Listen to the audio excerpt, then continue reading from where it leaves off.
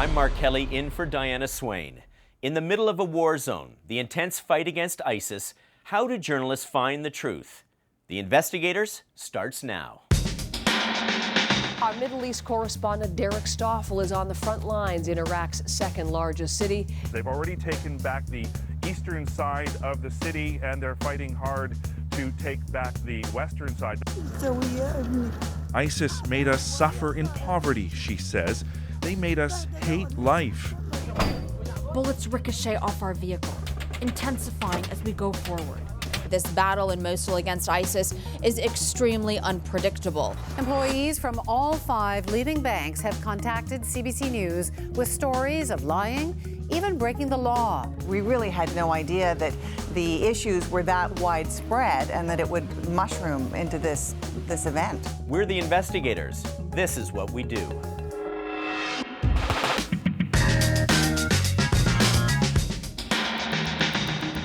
Journalists in a war zone have to quickly understand a fluid and volatile situation and then explain it to you. It's always difficult work, but even more so in the middle of a key fight in the battle against ISIS. CBC News Middle East Bureau Chief Derek Stoffel and his team have spent the week in Mosul, one of the most dangerous places in the world. Certainly ISIS putting up stiff resistance. They've embedded with the Iraqi military, which for months has been trying to regain control of Iraq's second largest city from ISIS, getting a first-hand look at the fighting and the humanitarian cost.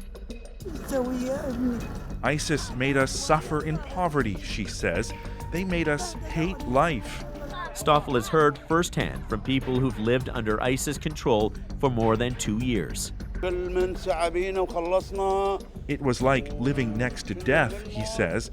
Now we are living again. Embedding with the military gives CBC News viewers an up-close look at a conflict that doesn't make headlines regularly in Canada. But does it give them the full picture? Derek, you've been embedded with the Iraqi military. Obviously, this gives you access behind the lines, the kind of access that we journalists don't often get and wouldn't get without the protection of the military. But clearly, they want something in return. Why do you think they want you along with them, embedded with them? Well, Mark, they clearly want the Iraqi security forces, they want to show their version of history and show that they are taking back Mosul. And you have to remember that back in June of 2014, when ISIS stormed into Mosul, essentially the Iraqi army gave up. They laid down their guns and they ran, and it was a very humiliating moment for the Iraqi security forces. So the real major reason why they are so eager to have foreign journalists such as our crew in with them is to show, look, we've had some training and now we are doing our jobs. They've already taken back the eastern side of the city and they're fighting hard to take back the western side. That's what we saw in the 2 days that we embedded with the Diyala Brigade. Do you feel pressure, Derek, to be able to have to tell the story that they want you to tell, that side of history that they want to actually portray? I wouldn't say pressured because, I actually wouldn't call this a typical embed that I've done with Canadian forces in Afghanistan or Israeli forces. Those embeds were formal, where you signed agreements and there were rules of operation that you couldn't identify issues that, for operational security, as they call it. This is essentially Mark, our fixer, our translator. He's well connected with the Iraqi security forces, and he knew a couple of commanders, and so he made some phone calls, and we had some misstarts at the beginning of the week, but essentially what this was our fixer saying, all right, we've got this crew of Canadian journalists, can we come with you for a couple of days? And it worked out. We spent 1 day it was sort of a frustrating day. We didn't exactly get to the front lines. We then spent the night at their headquarters. We ate with the commanders. The next day, bright and early, we were right near the front lines. And but there was absolutely no sort of agreement, no editorial control. They didn't look at our stories. In fact, we haven't really had contact with them since we left. Derek, I noticed you've had great access in being able to speak to some of the people there, but do you feel that they're being pressured to praise the accomplishments of the Iraqi military because they're standing over your shoulder while you interview them? No, not at all. In fact, to the people that we've spoken to have said that they welcome the Iraqi military. They see them as liberators. The biggest challenge that we faced on the ground so far, Mark, is the fact that a lot of people don't want to appear on camera because they are worried about relatives. If they, for example, have fled the western side of Mosul, they're worried for relatives back home because they think that, ISIS might seek retribution. So we've had a lot of people say no, they don't want to go on camera. It's also more difficult to convince women to go on camera as well. Those have been the two main challenges that we've faced here on the ground, Mark. Derek Stoffel, great reporting and great to talk to you today. Thank you so much. You're welcome, Mark. Reporting from the front lines gives journalists and their audiences a glimpse of the true cost of war. But it can also put those journalists in the direct line of fire. There's nowhere to turn. It's so claustrophobic. And every car here, every garbage can could be a bomb. Last November, CNN senior international correspondent Arwa Damon and photojournalist Brice Lene embedded with units of the Iraqi military as they pushed into Mosul. There's snipers on rooftops, and they're receiving incoming mortar fire that ISIS is shooting. The convoy was quickly ambushed by ISIS fighters. Bullets ricochet off our vehicle, intensifying as we go forward. Then a suicide car bomb right behind us. Journalists going into conflict zones often receive special training, but how does anyone prepare for this? We realize we're trapped. Vehicles, wreckage, everywhere. Our MRAP takes a direct hit. Lene was injured and treated by soldiers, and the group was forced to seek shelter in the homes of terrified civilians. Iraqi military reinforcements finally rescued them after 28 harrowing hours. Damon has since returned to the same neighborhood in Mosul.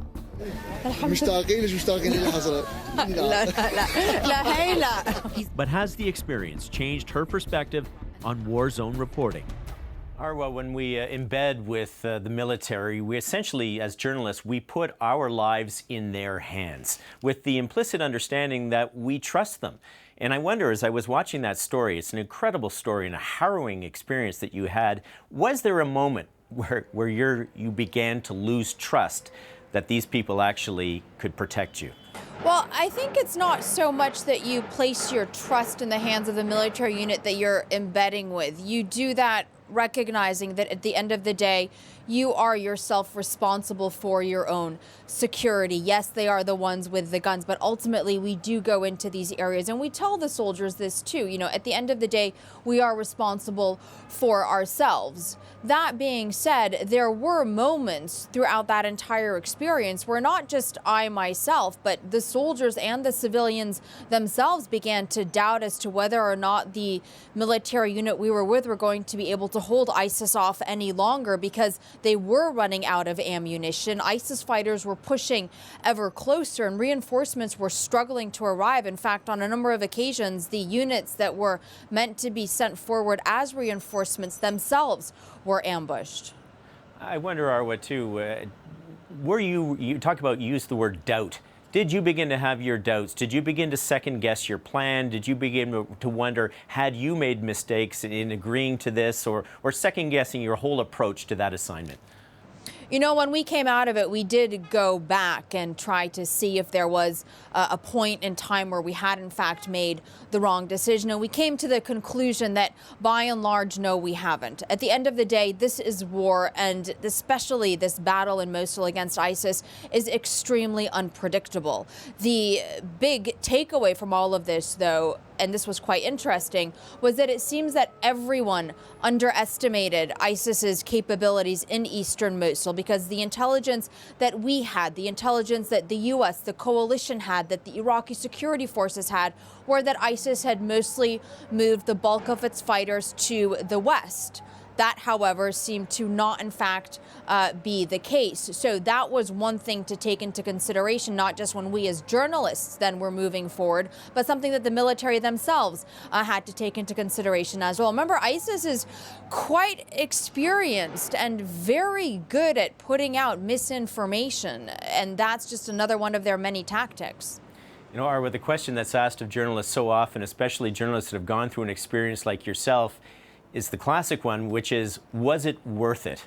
How do you answer that?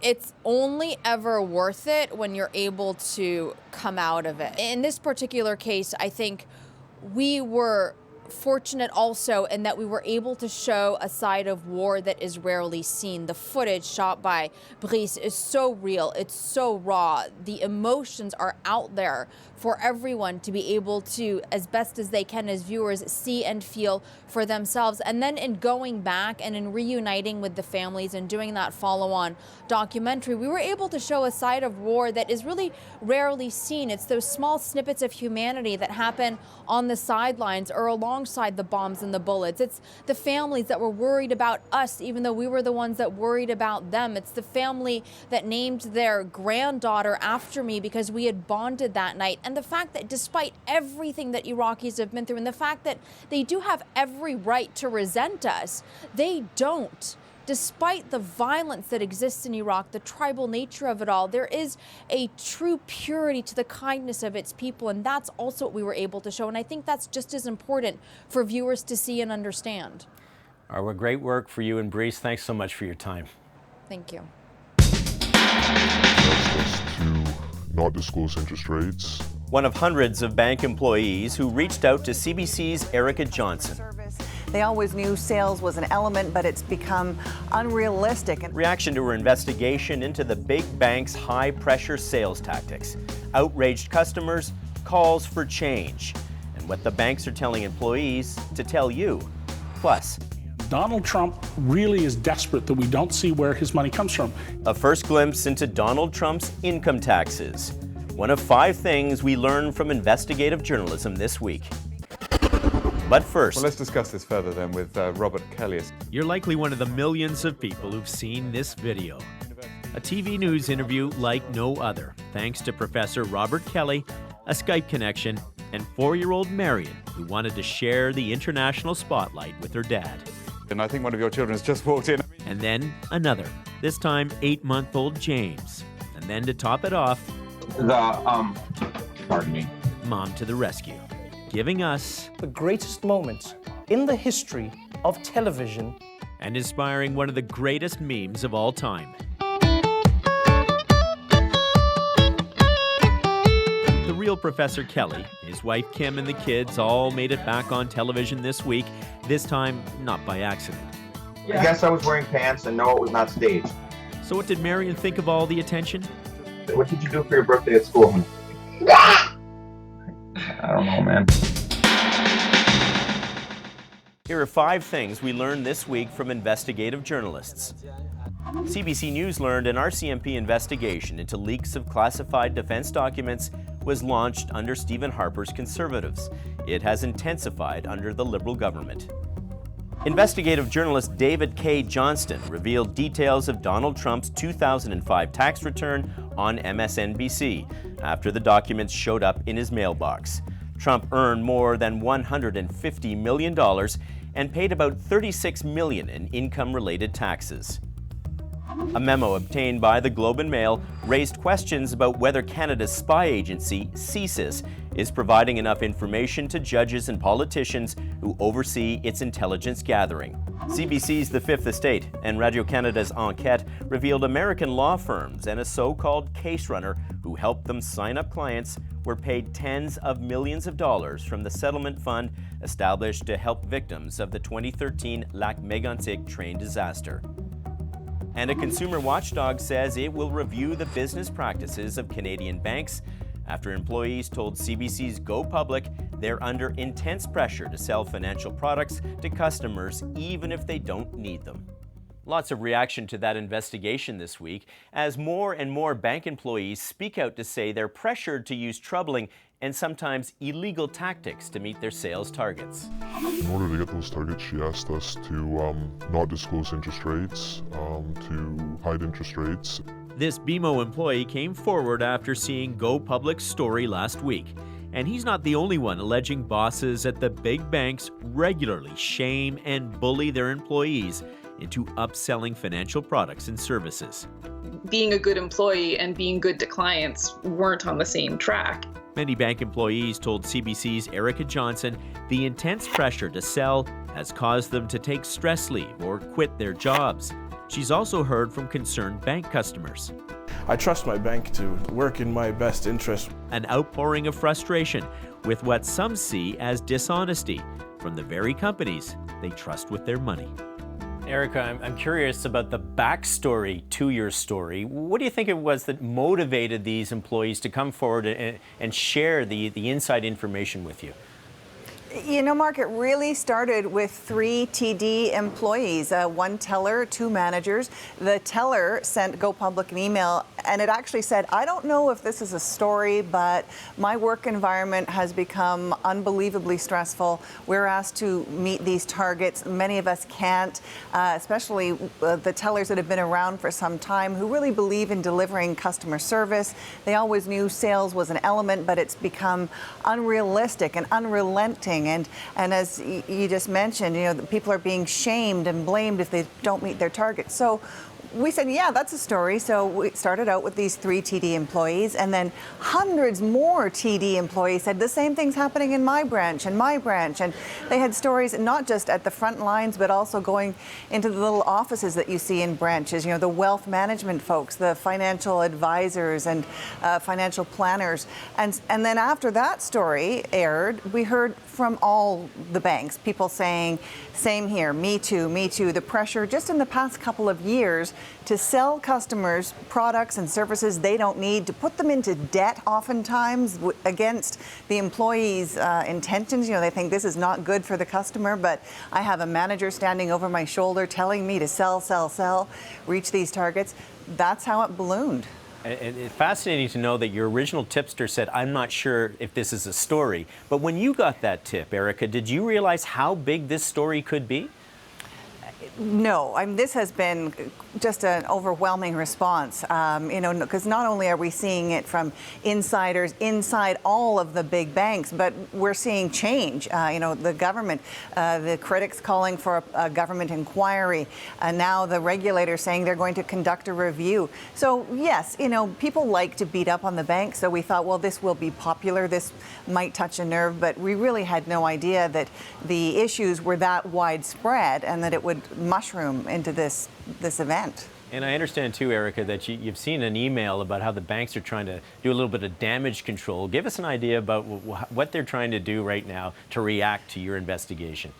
Well, it's interesting because the banks must be, you know, they know that they've got people talking to reporters now, and yet they also want to be able to reach out to their employees. And so we got an email that TD sent out to some of its staff saying, you know, in light of recent coverage, if people ask you, do you have sales targets, here's what you say. And it was basically a message track. Yes, I do have sales, but I'm highly motivated to provide you with good service and help you, you know, through my advice, meet your needs. So, you know, it must be tricky because now management is wondering, if I send something out, where is it going to end up? But people are still very bravely, you know, I think that kudos go to the people who are still working in these banks and that are sharing their stories with us. It takes some courage. A lot of people told us that they have actually left because they don't like the culture anymore. They would lose sleep, they would be sick. You mentioned stress leave. So there are still a lot of people in the banks, and they're hoping that things will change. And a great reminder, Erica, that some of our best stories all begin with that simple tip that came to you. Great work, great investigation. Erica, thank you so much. Thank you, Mark. Do you have a story tip for the investigators? Share it anonymously at securedrop.cbc.ca or drop us a line on email, investigators@cbc.ca. As we showed you earlier, getting at the truth can sometimes be a dangerous job for journalists, and you've got a question about those risks. Have you ever found yourself in a dicey situation while working on a story? This week's Ask Me Anything. And one of the most tense situations I've faced in my career. That's next.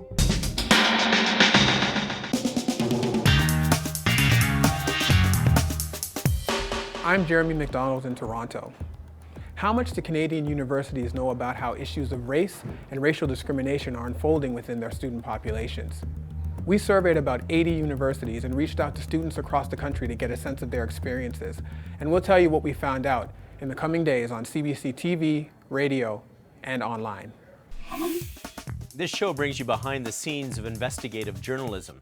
Earlier, Derek Stoffel and Arwa Damon talked about one of the biggest challenges we often face is just staying safe. And that brings us to this week's Ask Me Anything question, which comes from Craig. Hi, Mark. My question is, have you ever found yourself in a dicey situation while working on a story?